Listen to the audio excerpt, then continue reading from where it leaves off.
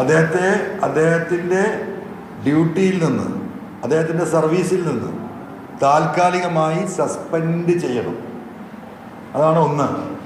അതിന് രണ്ടാമത്തെ കാരണം, SIT അന്വേഷിക്കുന്ന കാര്യങ്ങൾ, ആ അന്വേഷണം നടക്കവേ തന്നെ വേറൊരു അന്വേഷണം ഇവിടെ നടക്കുന്നുണ്ട്, നിയമപരമല്ലാത്ത അന്വേഷണം. അത് പോലീസിൻ്റെ എല്ലാ ചട്ടങ്ങളും ലംഘിച്ചുകൊണ്ടാണ് അജിത് കുമാർ അതിന് നേതൃത്വം നൽകുന്നത്. അതെന്താണെന്ന് വെച്ചാൽ, ഞാൻ കൊടുത്ത തെളിവുകൾ അതെങ്ങനെ എനിക്ക് കിട്ടി, അതുമായി ബന്ധപ്പെട്ട പോലീസ് വ്യക്തികൾ അവരെ പാരലായിട്ട് ഒരു അന്വേഷണം നടത്തുന്നു, ഭീഷണിപ്പെടുത്തുന്നു, തെളിവ് തരാൻ വരുന്ന പലരും മടിച്ചു നിൽക്കുന്നു. ഞാൻ ആവർത്തിച്ച് പറഞ്ഞതാണ്. അപ്പോൾ SIT ഒരു അന്വേഷണം നടക്കുമ്പോൾ ഞാൻ പറഞ്ഞ കാര്യങ്ങൾ SIT അന്വേഷിക്കുന്നുണ്ടല്ലോ, എനിക്ക് ഈ തെളിവെടുത്ത് കിട്ടിയത് SIT അന്വേഷിക്കുന്നുണ്ടല്ലോ. അതെല്ലാം നിലനിൽക്കുമ്പോൾ എല്ലാ ചട്ടങ്ങളും ലംഘിച്ചിട്ട് അജിത് കുമാറിൻ്റെ നിർദ്ദേശപ്രകാരം ഒരു പാരലൽ അന്വേഷണം നടത്തുക എന്ന് പറഞ്ഞാൽ കേരളത്തിൻ്റെ പോലീസിൻ്റെ ചരിത്രത്തിൽ ഇല്ലാത്തതാണ്. അപ്പോൾ ഈ ഗവൺമെൻറ്, മുഖ്യമന്ത്രിയും ആഭ്യന്തര വകുപ്പും ഇവിടുത്തെ പോലീസിൻ്റെ ചട്ടങ്ങളും മാനുവലും ഒന്നും എനിക്ക് ബാധകമല്ല എന്ന് ആവർത്തിച്ച് അജിത് കുമാർ തെളിയിക്കുകയാണ്. ആ ചട്ടലംഘനം തന്നെ മതി അദ്ദേഹത്തെ സസ്പെൻഡ് ചെയ്യാൻ. അപ്പോൾ രണ്ട് കാര്യങ്ങൾ കൊണ്ട് അദ്ദേഹത്തെ സസ്പെൻഡ് ചെയ്യണം.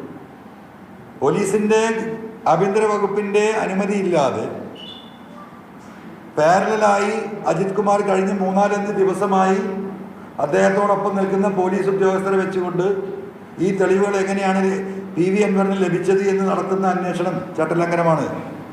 ആ ചട്ടലംഘന പ്രകാരം തന്നെ അദ്ദേഹത്തെ സസ്പെൻഡ് ചെയ്യണം.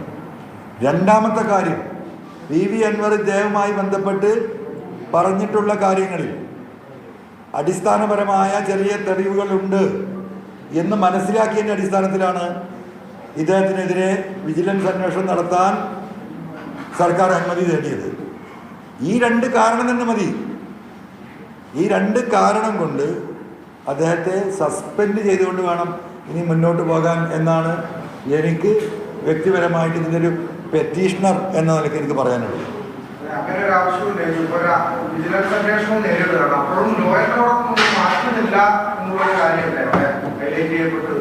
ഇല്ല, സസ്പെൻഡ് ചെയ്താൽ എല്ലാം പോയില്ലേ. ഇപ്പം മാറ്റുക എന്നതിൽ നിന്ന് മാറിയല്ലോ, ആ ഒരു സിറ്റുവേഷൻ മാറി, അടുത്തൊരു സ്റ്റേജിലേക്ക് കേസെത്തി. ഇവിടെയാണ് ഇപ്പോൾ ഞാനത് പറയുന്നത്, മുമ്പ് ഞാനത് പറഞ്ഞിട്ടില്ലല്ലോ.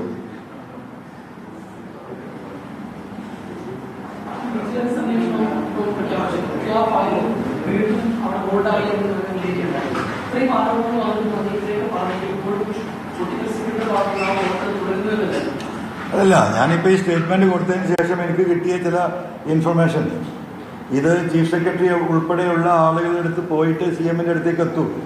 ഞാൻ ഇന്ന് രാവിലെ പറഞ്ഞത്, ഇന്നത്തെ ദേശാഭിമാനി പത്രത്തിൽ ഫ്രണ്ട് പേജിൽ പറയുന്നത്, ഇന്നലെ വൈകുന്നേരം ബഹുമാനപ്പെട്ട മുഖ്യമന്ത്രിയുടെ കയ്യിൽ ഈ ഫയലെത്തി, രാത്രി തന്നെ അദ്ദേഹം അതിനെ ഓർഡറാക്കി എന്നാണ് പറഞ്ഞത്. അപ്പോൾ ഈ 7 ദിവസം ഇത് എവിടെയായിരുന്നു എന്ന ചോദ്യമാണ് 2 മണിക്കൂർ മുമ്പ് ഞാൻ ഉന്നയിച്ചത്. സ്വാഭാവികമായിട്ട് ഞാൻ ഉന്നയിച്ച ചോദ്യമല്ല, നിങ്ങളെല്ലാവരും ഉന്നയിച്ചതാണ്. കേരളത്തിലെ ജനമന്വേഷണം എന്താ ഇത് നീണ്ടുപോകുന്നത്?